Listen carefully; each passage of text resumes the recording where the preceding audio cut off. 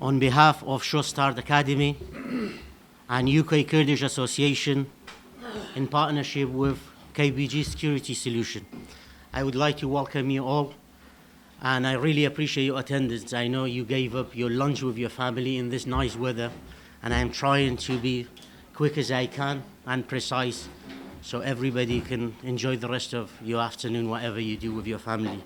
And I know Jason, he has got another meeting he has to attend. My days of success started right here in this building with my participation in variety of courses, events and charity causes with a support from both Director Mr. Baden and Operational Manager Mr. Jason Duck.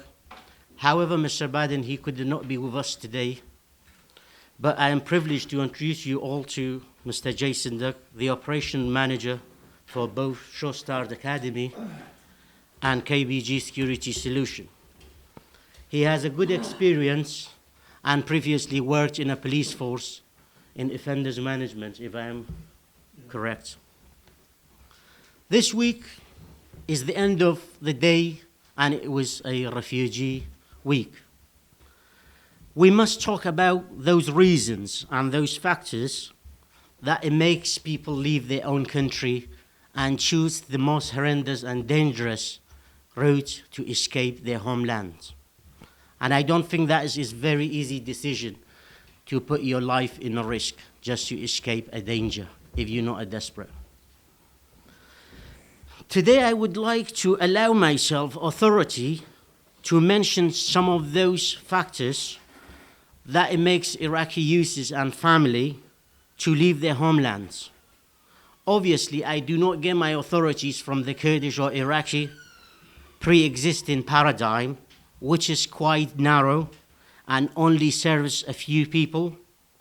And I am looking elsewhere for alternative that serves humanity and normal, ordinary Iraqi civilians. Especially in the Kurdish regional government, alternative, I meant alternative political system. No one would put their life in a risk to leave the country if the system is fair for ordinary people to gain an ordinary life. I do not ask them to create the heaven and do not ask them to create a lazy bed for civilians. All I would say, they should not destroy the Iraqi environment. They should not create the massive economic disparity. They should not ignore the need of people. The burden of proof is on the people that they run in the country, the people that are in power, not on civilians. We have a democratic system in Iraq, and we have got a parliament in the Kurdish regional government. Unfortunately, with no sovereignty, with no rule of law, with no scrutiny in place, and that is the three main that it holds any electric and any electronic parliament in anywhere in the world. These are the real for most of people to leave their country. We need to reform the system in Iraq, to be perfectly honest with you. The current system is a failure and failure. And if it carries on the way it goes on, it will make more people to leave that country and devastated. Because if we look at after 2003, after the Iraqi regime toppled, or if I can say the American invaded Iraq, the Iraq lost its sovereignty and become a few pieces. One Iraq that many people, they enjoy and live in a very good standard life, both inside the Iraq and their allies outside and their families outside the Iraq. However, we have the other Iraqis that they struggle to survive, and even they do not have the right for free speech and to stand, ask for their rights. So my aim in the future is aimed for the reforming groups with a partnership with some companies that I already spoke to, an organization I am in work with them, not just stand by, watch all these hypothetical contracts and rather dodgy companies to rob the nation's revenue in Iraq. So that is why today I would like to introduce you to Mr. Jason Duck from Shostard Academy and KBG Security, and to give you a small speech in this introduction. And we're hoping for the next event, some more Kurdish organizations, they come along with us. They hope in that step we take it to Iraq as much as we can. Jason, I will hand you over to you. Okay. As a UK company, we offer lots of training environments. And the way we're looking at it at the moment is, what can we do for the Kurdish community coming into the UK? We are a business, and we run like a business. However, we have got parts of our business where we make no money whatsoever. We look at putting back into the community. We deal with multi-faith. So it's not just the Kurdish community we align to. You know, we have an extremely diverse community within the UK, and we bring that on board within ourselves. This year alone, we worked with the government on Kickstart, bringing young people in, giving them roles within the company, training them, offering them courses. We now work with some of the local colleges and universities, so we can support them working through not just the adults, but the youngsters coming through. We just want to know what we can do to help the Kurdish community moving forward, and offer whatever courses we can assist with moving forward, whether that be moving into the security industry, which is where we have the vast knowledge within. That's where our company comes from, and aid wherever we can with the governance of security.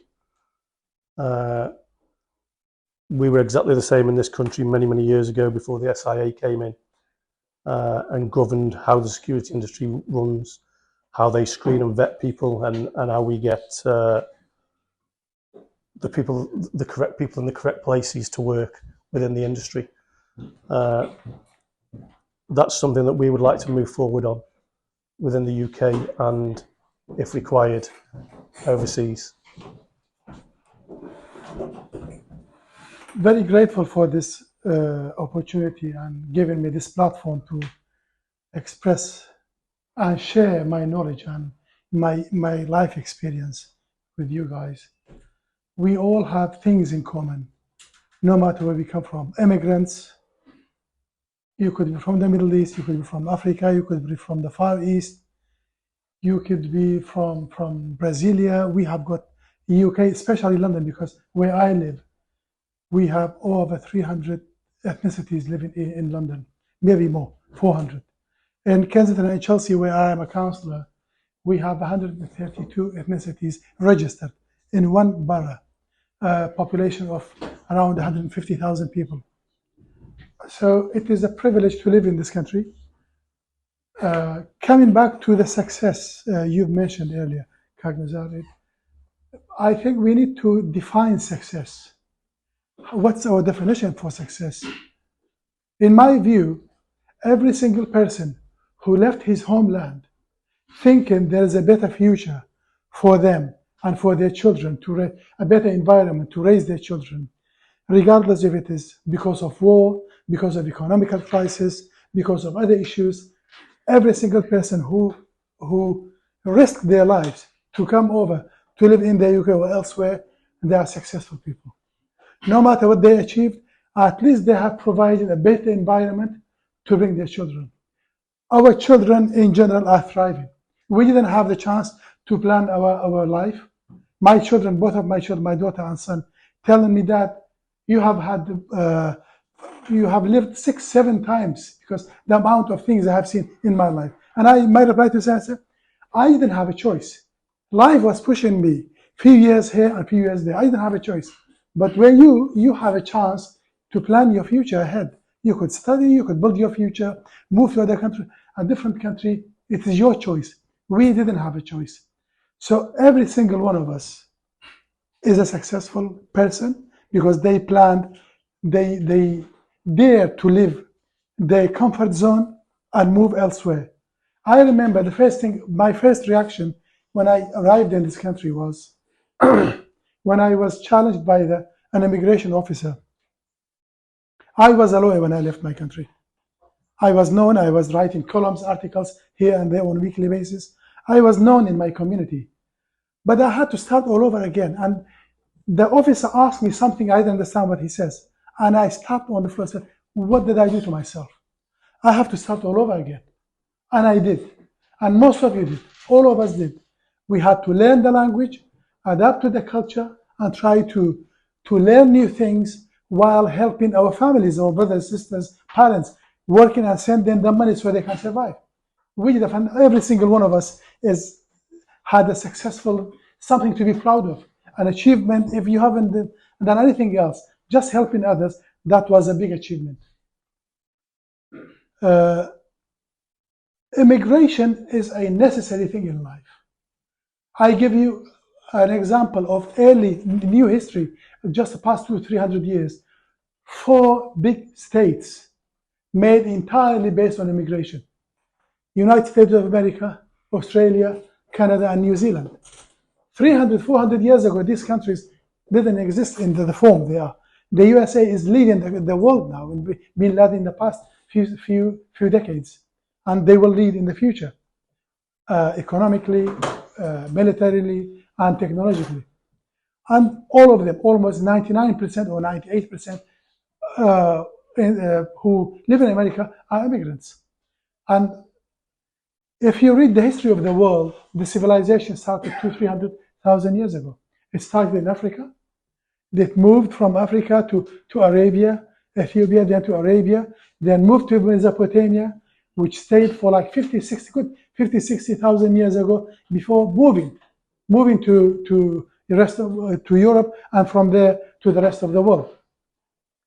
So we are doing, I think, immigrants doing educating other nations by having moving from place A to place B. They are doing a big favor to the other nations by educating them. There are others living on this planet, not just you. So whatever, it's the biggest achievement of human history was, in my view, biggest political achievement was the EU. Because only a few decades ago, Second World War, nations in Europe were killing each other. Millions and millions were killed. Then they established the European Union, and we smashed it a few years ago. UK left. Kagnazar mentioned something which reminded me of something I said 3 weeks ago. I was in one of those who were invited in a conference held 2-3 weeks ago in Lausanne, marking 100 years of Lausanne Treaty. And there is another event taking place on the 22nd, I think, 22nd or 23rd of July. I have an invitation for that too. And where I asked a question, said, opposition, coming back to opposition, Kagnazar mentioned Iraq and opposition and the necessity. We learn from each other. One thing I have learned from here, being a counselor since 2014, I have learned, I am an insider, I have learned why the liberal democracy is the biggest success of mankind.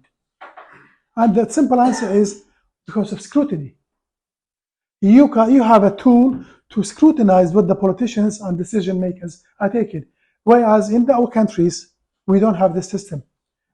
In 2003, the coalition forces led by America with Britain managed to topple the Iraqi regime, dreaming that we will have a democratic system in place in Iraq.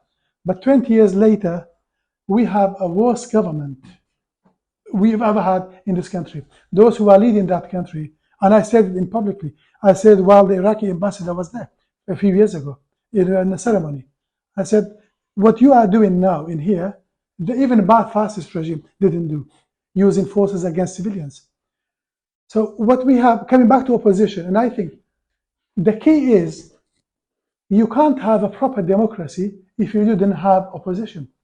You can't have opposition if you don't have elections, because in democratic system, you will have elections every 3, 4, 5, whatever years the constitution states.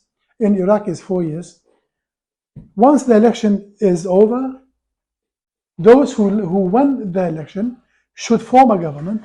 The rest of the political parties would form a proper, an active opposition to hold the decision makers, the government, into account whenever they made a mistake. So this is called scrutiny. And unfortunately, in our language, we cannot differentiate between scrutiny and criticism. Criticism and scrutiny in our language, in Kurdish and Arabic, is the same. We have something for scrutiny, which is تدقيق, but we never use them. We never use them. Scrutiny to us is rakhna. Rakhna means muzahada. Nothing else, just muzahada. Where scrutiny is any figures, any decisions taken by the government should come to the institution which is elected by people and go through the figures. We have money, we have 10, you have spent 5, where's the other 5? It should come there. People scrutinize that. This is how nations develop. You have to have a transparency. Transparency is the key. We don't have this, and I think we don't expect them to give us this. We have to fight for it. This is how you develop democracy. What's happening now is better than 10 years. What happened 10 years ago was better than the previous 10 years. And I'm confident and comfortable that 5 years from now, things will improve in the country. But the biggest obstacle we have now is the war in Ukraine, because we have two systems clashing with each other. A totalitarian system led by China and Russia. They have one-party system. In Russia, they don't have this party as well. It's one single person trying to bring up the Soviet Union era. We have one party leading in China. They are trying to prove political and social and economical advances could be achieved under totalitarianism, under dictatorship. Where on the other hand, we have liberal democracy led by the United States of America, Britain, and the democratic states like European Union. This is the biggest test for democracy, I think, now. If China and Russia win, people like us, especially we are Kurds in here, it's very bad for us, because we are breathing, because we have got protection from the Western allies. We call them allies. They are truly our allies. Without their aid, without their help, we cannot exist. We will go back to the Saddam era, and what's happening in Turkey and Iran could happen in Iraq again. And they will deny us all the rights we've achieved in the past 30 years. I don't want to talk about this anymore. The week is about immigrants and immigration and asylum seekers. We could be called immigrants, asylum seekers, black, dark hairs, whatever we call them. But at the end of the day, we are all humans. We are sharing this planet, and we are learning from each other. We should share our experience. Thank you very much. I thank you again for a rich entitlement that you talked about. As we all know, recently is reaching the fever pitch, and that system currently in Iraq is going into this, creating disfranchised, disillusion, and despondent underclass. And they're not being represented by that political system. In modern democracy, how I can tune in for that. So I totally agree with you, and we're hoping for the best reform system in the near future, which is I'm closely working with. Thank you again. This is my panel.